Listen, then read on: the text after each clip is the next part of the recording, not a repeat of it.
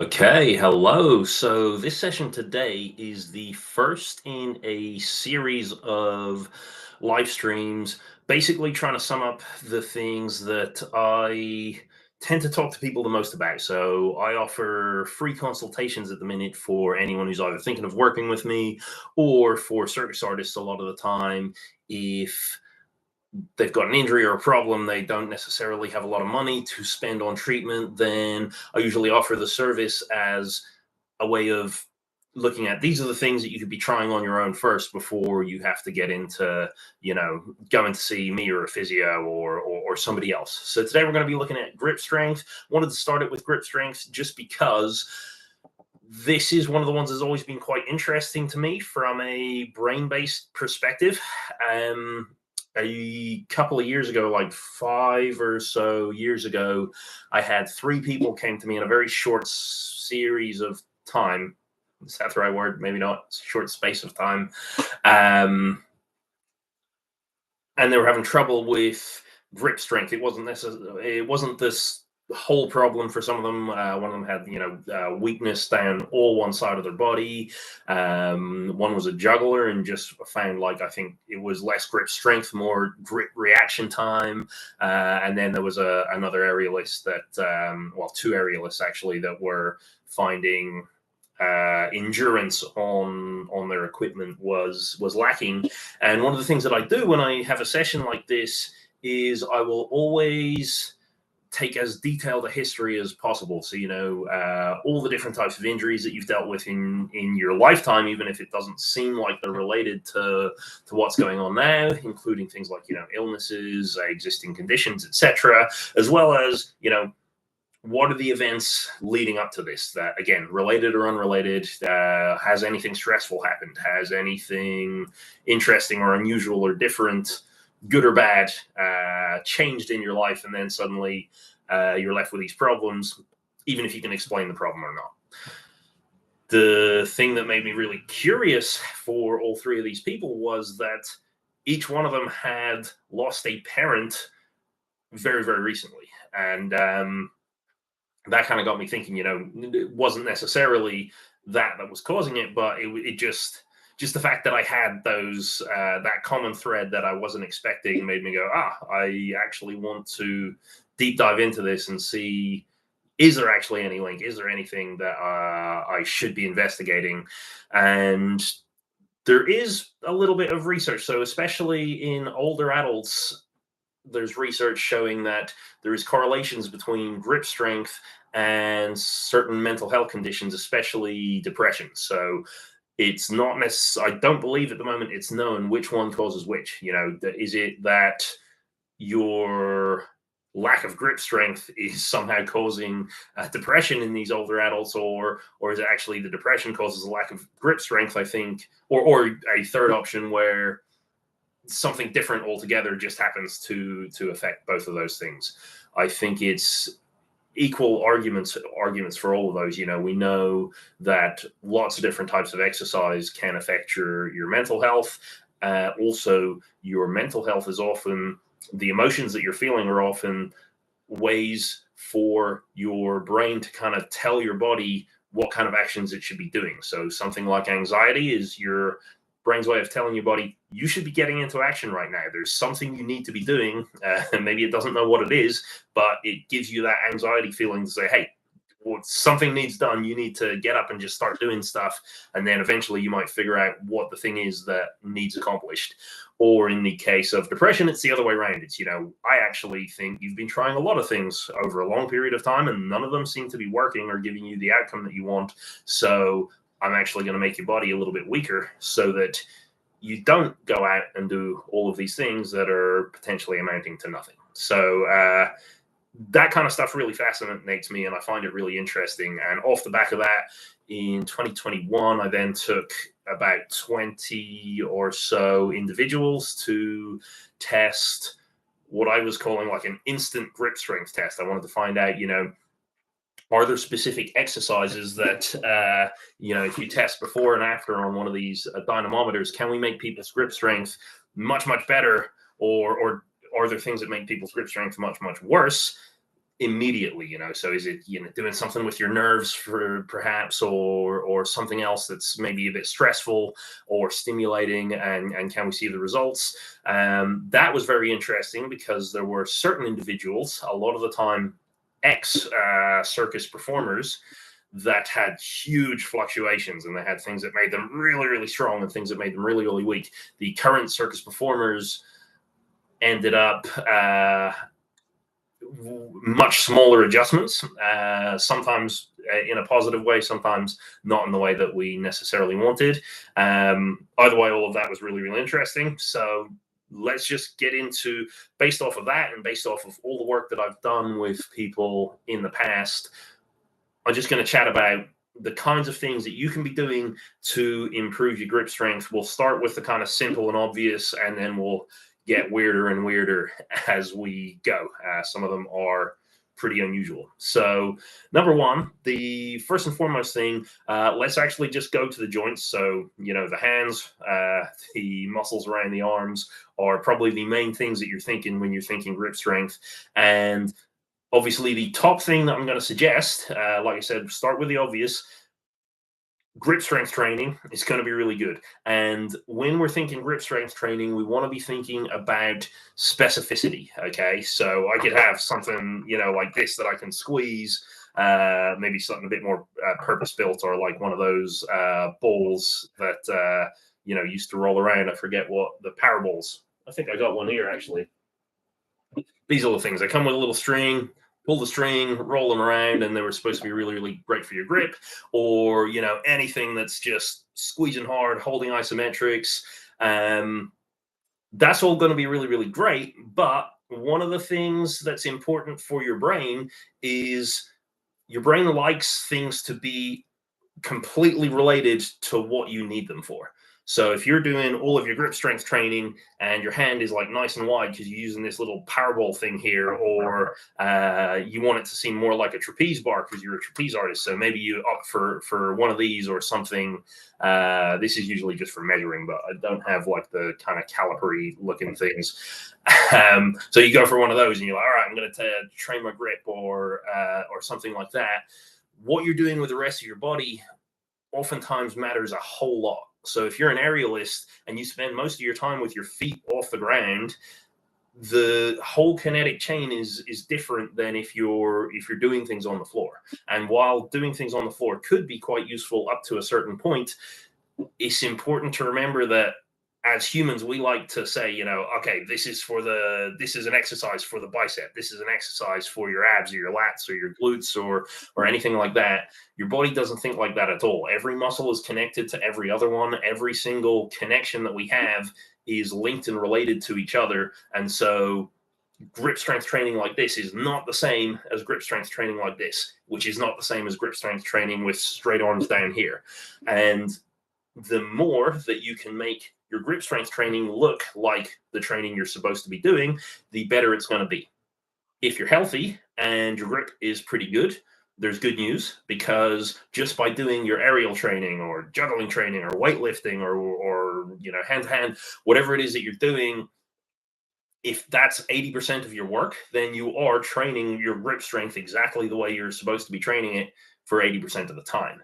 The problems are when our grip gets a little bit weaker and suddenly we find we can't actually get our feet off the ground without our fingers starting to, slip off the bar. And then we need to go, all right, well, I can do grip strength training, but actually, wouldn't it be better if I was doing it here and here, or in a straps artist, hands around the back, matching specifically and exactly how you are supposed to be training your grip is going to be a much better idea than, just having the Powerball, being on your phone doing it because, if I do this for 20 minutes, my forearms are going to get huge. Well, maybe, but they're still then going to have to work out how to coordinate themselves between all the other muscles later on. So being very, very specific about the position, number one. Being very, very specific about the amount of time you need it for as well can be number two. So if you've got an act that is about 7 minutes long, so you're a professional circus performer in this circumstance, you do cord release rope. So you're going to have to be on that rope for 7 whole minutes, and you're going to do a powerball training for 20 minutes because that's going to get the big forearms or whatever. Well, actually, you'd probably be better off doing more intense work, more specifically matched in position, but do it for that 7 minutes, or add 10% on more in case of problems or whatever. But match the position and match the maximum length of time that you're going to need that type of strength for. And then you can do 7 minutes of training there, 7 minutes of training behind the back, 7 minutes of training down low, instead of 30 minutes of kind of mediocre nonsense in different positions that again could be helpful. But if you can do better, why not do better? So match the positions as well as you possibly can. Any other things about specificity in the position? The other thing when we're thinking about the joints, so especially if you're finding that your grip strength is weak, the next thing that we need to think about is your grip is in some sense a coordination exercise. So you might not think it, because coordination is supposed to be like this, doing multiple things all at once. For you, on the outside of your body, your hands are just doing one thing. They're gripping, they're staying still, your body's staying still, not necessarily a coordination exercise. For your brain, it's the opposite. Think of every muscle involved in grip. There's tons of muscles all in and around the forearm, even some in your hands. All of those things are supposed to get involved during the process of grip. But at the same time, when some muscles contract, other muscles have to relax. And your body has to get that perfect, because if one contracts too hard, or one contracts too long, and the other one doesn't relax enough or relaxes too much, then that's when you're going to get damage to the tendons and ligaments. So for you, not a coordination exercise. For your brain, it's highly coordinated, because you've got all of these, imagine just your muscles as all of these people pulling ropes to on a pulley system to try and get everything perfectly matched. And if one guy just yanks the chain, then everybody else is going to get pulled the wrong way. So if you find that your grip strength is quite weak compared to what you think it should be, what you're going to want to do is, instead of doing hardcore grip strength exercises in the beginning, we want to build up to doing all of that specific stuff we just talked about. So can you do coordinated movement with your joints? Okay, so just looking at myself on the screen here, all I'm trying to do is just circle my hands around, and I'm noticing my left arm seems to be doing a pretty good job, because my elbow doesn't seem to be moving around a whole lot. My right arm, which is normally the better one, again, exaggerated, but I'm kind of seeing a bit of movement down here. So that would tell me, actually, if my right arm feels a little bit worse on grip, it could be actually because the muscles involved in it are not very well coordinated. And that might be something that I need to work on first before I build up to that specific grip training. And so you can think of like all the muscles in your wrists, the muscles in your hands, your fingers. Can you circle them around? Can you make some waves? There's another good example. If you watch my left thumb as I try to make a little wave, this finger is going absolutely mad. When it comes to the fingers, you can expect little bits of movement, but this little index twitching is something that I would probably want to work on. And then when I go to do my grip strength training, I might find that it's got a little bit stronger already, just because the muscles are more aware of each other. They're more aware of how one affects the other. When I can actually consciously control, there we go. When I can consciously control what's going on with my fingers and my hands, then I actually have more conscious control over what happens when I try to squeeze them really, really intensely. So you can think of grip as, strength and isometric in the very specific position. If that's not working, break it down to coordination. Now, we can also go one layer deeper than that. So kind of tip number 3 is what happens when you just can't get the muscles coordinated. Everything feels weak. Everything feels like, your hand just is moving around like it's made of concrete. This is where we might want to look at the nerves. Now, when I do courses on grip strength. Do people let me know if you're interested in doing like an online one of these? But if I do a full course on grip strength, we go into the nerves in great detail. Two nerves in particular, the median nerve and the ulnar nerve. Those are the two nerves that are most primarily involved in grip strength. The median nerve is going to control the grip strength of these three fingers, so the two index and middle and the thumb. Usually that correlates to grip strength. So when I squeeze really hard on this dynamometer, the output is usually mostly down to the function of the median nerve, because those fingers are the main ones that I'm going to use to grip.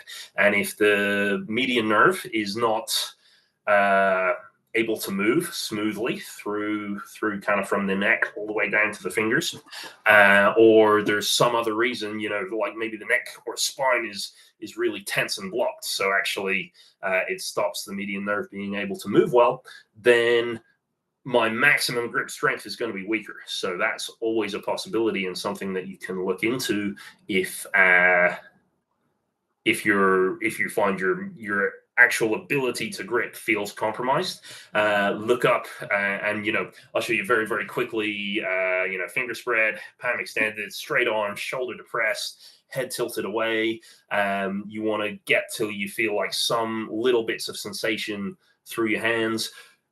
Look up on YouTube, there's loads and loads. This video is for information. There's loads of videos on YouTube of how you can put tension into your median nerve, how you can relax it, how you can glide it, and send me some questions if you're struggling to find any of that. I've got some videos I can send you as well. But median nerve, get it moving a bit better, put it under some tension, try some glides, and see actually grip strength can improve. The ulnar nerve controls these last two fingers. And so if you got your grip like this, but these two fingers are a little bit weak, then you're going to find that grip endurance is going to be the problem, because they're going to hold on well at the start and then they're going to start to slip. Then that means you've got all your weight just on these three. That's going to slip as well. And down you come off the bar. So if you find that your grip endurance is lacking, then the nerve that you want to look up is the ulnar nerve. So same deal with the hands, elbow up, out to the side, again, head tilted away because it connects all the way into your neck. So this is going to put a little bit of stretch, but look it up. There's tons of videos. Message me if you can't find them. By getting a bit of tension through those nerves, again, this is how you can integrate into the system a little bit more easily, rather than looking at specifically what your thumb does or specifically what your wrist does. That nerve is going to innervate all of the muscles all at once. It's going to stimulate them all. And you find if they weren't awake before, this is normally a good way to get them waking up. And in terms of physical exercises, that kind of coordination, position-specific stuff, and the nerves are all most people are going to need to actually improve their grip strength. Now we're going to get into the slightly weirder ones. We'll spend a bit less time on these. Again, if you try any of them and you're like, oh, wow, I didn't think that would make a difference, but whoa, yeah, it really is. Again, this is where we might want to do some actual proper work together, but I'll just kind of motor through them. I said this was going to be 5 things. I'm not good at counting. This might be a couple more. But so number 1 of the kind of weird stuff, postural reflexes. You've got loads of reflexes all the way up and down your body that, even when you're not thinking about it, there's muscles that are contracting and relaxing at high speeds all the time. It's not very powerful and you don't feel it. You wouldn't be aware of these things, but you can utilize them to help in certain circumstances. One of the most interesting reflexes is what you call the cross-cord reflex, which is basically anytime, because you walk so often, because as humans, we walk more than we do anything else. It's our primary way of moving around. Then we've got reflexes where every time we swing our arms, our brain says, hey, your left arm is swinging forwards. Well, obviously I'm going to get your right leg ready to swing forwards as well, because most of the time when you're moving, that is what happens. So it fires all of these little muscle contractions. They're very, very small. And so even if you're sitting down, you're not really going to feel anything happen. But once you decide to walk, it just means your brain is using much less energy to walk than it actually requires, because walking is actually a pretty complicated thing to do. And anyone who's ever had to rehab walking normally will be able to tell you that. But simplest principle of the cross-chord reflex is opposite limbs tend to like to do the same things together. Okay, so your left shoulder likes to swing forwards into flexion the same way that your right hip likes to swing forwards into flexion. Your left elbow likes to bend the same as your right knee likes to bend. Your hands, so your left hand likes to extend or flex the same way as your right foot likes to extend or flex. So when you start to train grip strength, if you're finding that you are hitting a plateau and things just aren't getting a little bit better, sometimes you might want to look to your feet and see, how well do your ankles move? Because if your ankles are not moving well, if your toes are not moving well, and your feet just generally aren't moving so well, then you might find that is going to have a knock-on effect on some of these reflexive actions. So, when your foot doesn't move the way it wants to, then you don't always get these muscles, reflexive muscle contractions in the opposite hand. And because of that, your grip might just be a little bit weaker than it potentially could be. So for some people, and I'm bringing this up in this talk because it's a bigger number than you would expect, but it's not everybody. For some people, mobility of the ankles and the toes goes a long way to improving their maximum grip strength contraction and their ability to get a better grip on a bar, on a silk, on a rope, lifting up a thing, sorry. I struggle with long talks. Catching a juggling club. All of those things can matter. So if your grip strength is struggling, mobilize your ankles, mobilize your feet. Those of you whose ankles and feet move less well, whether that, the barefoot community will tell you because you're wearing restrictive shoes, maybe it's that. In the ballet community, a lot of the time it's you just spent way too much time at a turnout, and a lot of the time you physically just stand like that, and so you got great mobility in one direction, but the other way things are shaky and terrible. So those are the ones that you want to work on.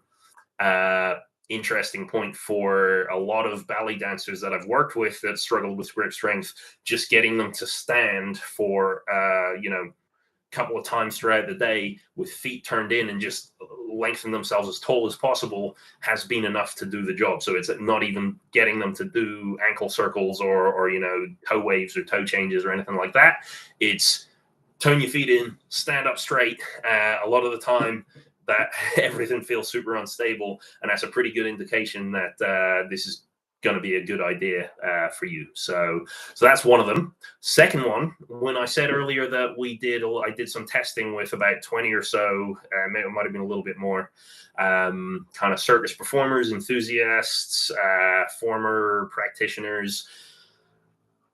Out of the people who saw the biggest immediate increases in grip strength, all of them had terrible balance. And when I say terrible balance, I mean terrible balance with their eyes closed. When we did the testing, it almost became like, once I saw this, I was like, oh, this is going to be a good one. Because, sometimes when you bring people in for testing, it's like, oh, I think I'm going to make your grip strength better. And then we find 3 things that make it worse immediately. And it's like, that sucks. I mean, it's cool for me because I'm here for the info, but it's nice to be able to let people going, oh yeah, you practice this, your grip strength is going to get better.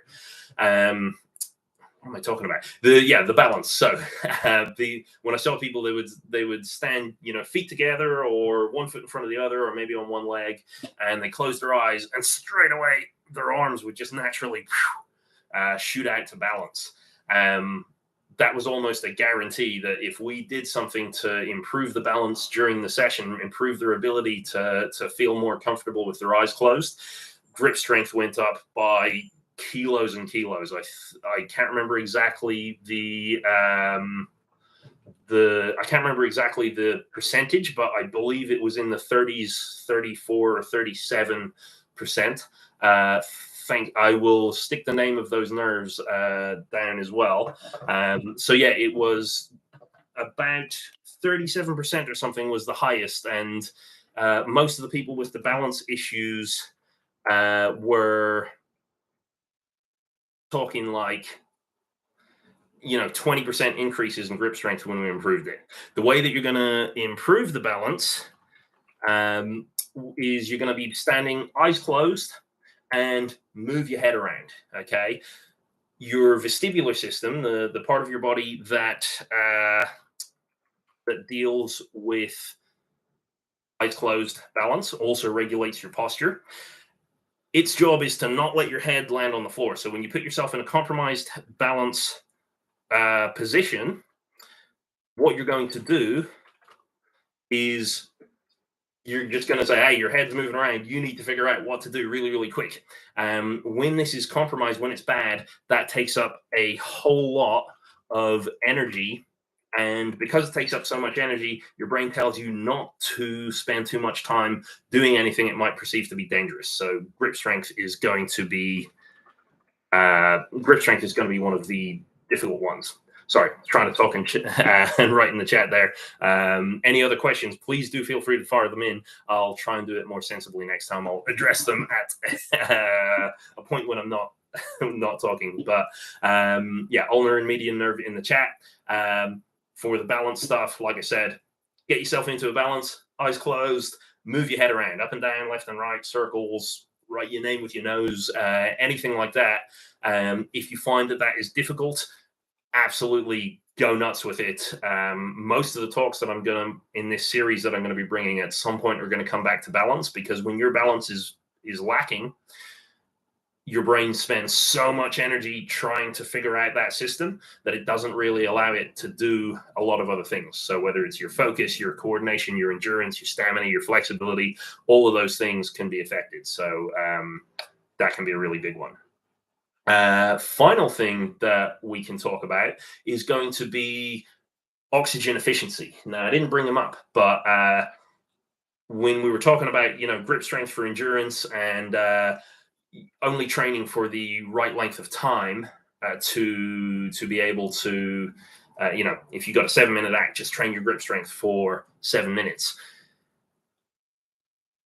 One of the ways we can make this more intense is restrict the energy available to the muscles that you're using so that it has to learn how to do things more efficiently. And one of the best ways that we can do that is something called blood flow restriction. Blood flow restriction training is something that bodybuilders would use to get huge muscles. And the way it works is you have little bands that you'll put around your upper arm and the top of your thighs.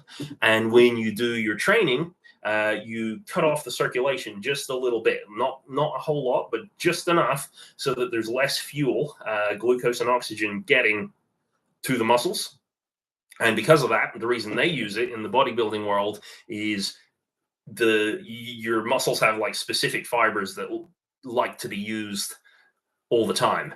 And so most of the energy gets portioned out to them. But when they get tired and then there's no more extra fuel, then the other muscle fibers surrounding it, which have their own kind of small fuel stores as well, then they start to wake up and activate. And because of that, once you're doing your bicep curls for 10 minutes, 20 minutes, then all the muscle fibers have got really, really worked, and your brain realizes, if I want to endure that again, I need more muscle tissue and more muscle fibers, so makes it all bigger. We don't necessarily want bigger muscles. You might, but might not. But what we can do is if we add blood flow restriction and then do our standard grip strength training, or we do our coordination work by moving the fingers and the hands and all of that, then we do the same thing. We deprive the muscle fibers we like to use of fuel so that the other ones have to wake up. And if we're doing the kind of grip work that we need to use, so it could be standard grip training, or it could be, train your act like that, train your basic skills like that, then you'll find that they become more fuel efficient and they're better able to deal with oxygen deprivation like you might experience when you're super stressed out performing your act or something like that. So what was I about to say? So yeah, blood flow restriction. Again, this is one that you might want to look up. I'll type it in just a sec into the chat. But find some YouTube videos. Usually, you can buy some of the bands on Amazon. They're slightly elasticated, so you're less likely to cut off your circulation completely. That's not what we want to do. Normally, they recommend, once you've got them on, if you're not sure if your hands have enough oxygen, just press your thumb into your hand. When you let go, there'll be like a white patch, and it'll take a little while to fill back up with color. You want it to be about 6 to 8 seconds max that it takes to fill back up with color. If it's taking 10 seconds to turn kind of pink or red again, that means it's too much, so you should take them off. Other things, if you start to feel any kind of pain, if you start to feel any kind of tingling, any kind of numbness, then that suggests that the nerve itself is not getting enough fuel. You take them off immediately. Again, it's kind of loose restriction. It's not super tight, and you would say a kind of safe amount of time period is usually around 10 minutes. So if you're only doing it for 10 minutes and you're paying attention to all the signs, especially tingling, numbness, pain, anything like that, that's a sign. All right, cool, I've had enough, take them off. That can be a really cool one to try and see. Does your grip strength on your next training session after things have recovered a bit might have shot up as well. So we'll just stick that into the chat so that if you need to search for it, you can.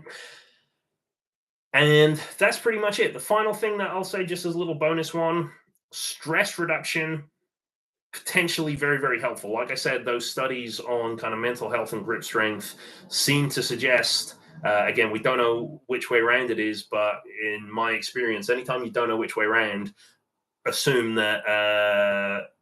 both, as long as it's practical to do, and try them both out. And if you're getting good results, then go with it. If it doesn't seem to be making any difference, then stop. That's kind of all you can really do in those situations. But really, anything that can reduce your levels of stress, whether that's psychological stress, so you're having relationship, family, financial issues, if it's physical stress, so that could be an injury that you know about, which is going to do two things. It's going to give you physical stress because it needs rehab and it needs to learn to move in a nice and healthy way. But it's also going to be psychological stress because maybe you're like, oh, I have to go back to my class tomorrow and I paid all this money and I won't be able to do it because I won't be able to train as well.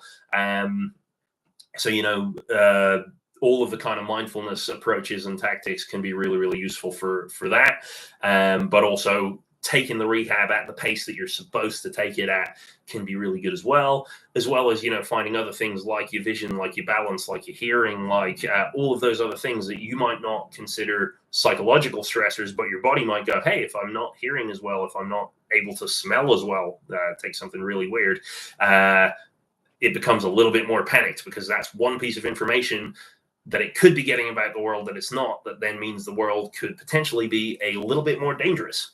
So anything that you can do to reduce stress is probably going to be helpful. And if you find that you're looking at this video because you are currently stressed about your grip strength, then that might be the first thing to look at, is just how can I chill myself out a little bit more? Do I need to cancel some jobs? I know everybody hates to hear that if you're a professional. Do I need to just miss the next class? Is it rest? Can I just tone things down and, got that shoulder injury, but, don't give yourself a deadline to be fixed. Enjoy the process of finding out, I can't move it up and down, but I can move it forward and back. All right, well, then I'm going to load it up and go forward and back until I can go just the tiniest bit up and down. Taking things slowly like that can often be really useful. Anyway, I've gone a little bit over the time I wanted to take. I usually want to keep these at about 30 minutes. So thank you very much for enduring. If you do have any questions, this is going to stay up live. If you want to ask me any questions, you can obviously comment and I'll get back to you. or get me on my Instagram. It's also Circus Trainer. You can find me there on the link tree. You can get booked in for a free consultation. Like I said, if there's more questions that you have outside of this, or whether you're dealing with another issue I haven't got to putting up yet, if you would like to actually do some work with me as well, we can organize that. So yeah, get me on Instagram is usually the best place, and whatever's going on, we can do our best to work through it. All right, cool. So thank you very much for watching, and I'll see you in the next one.